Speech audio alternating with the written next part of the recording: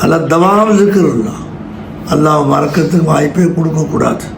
தனியாக இருந்தாலும் என் கூட நல்லா இருக்கிற ஜிக்ருல்லா ஆயிடுச்சு, பெரிய திக்ர் ஆயிடுச்சு. என் கூட நல்லா இருக்கிற பெரிய திக்ர் ஆயிடுச்சு.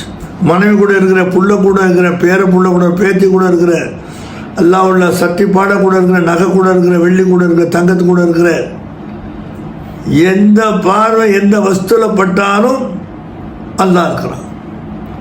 கடத்தூருக்கு போகிறீங்க, தக்காளி காய் கறிக்கிறது எல்லாத்தையும் நல்லா இருக்கிறான்.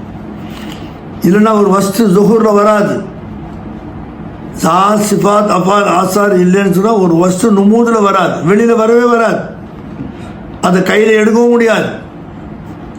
உதாரணத்துக்கு நீங்கள் உங்கள் மனசில் நினச்சிங்க, சாதாரணமாக ஒரு காஃபி டம்ளரோடு நினச்சி பாருங்கள், இருக்குது, ஜெஹனில் இருக்குது.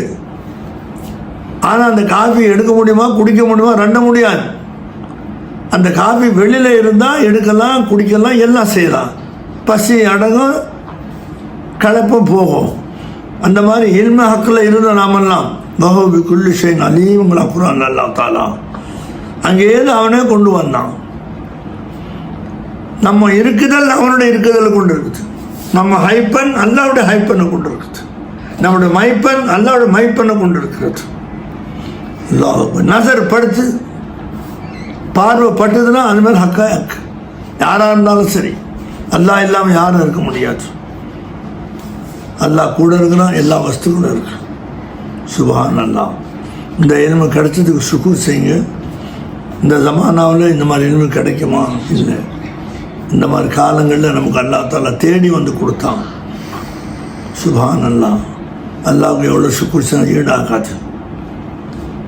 சுப்ஹான் அல்லாஹ், சுப்ஹான் அல்லாஹ், சுப்ஹான் அல்லாஹ். அல்லாஹ் உங்களுக்கெல்லாம் உங்கள் லாஹிர உங்கள் பாத்தின அல்லாஹ் முனவ்வர் ஆக்குவானாக.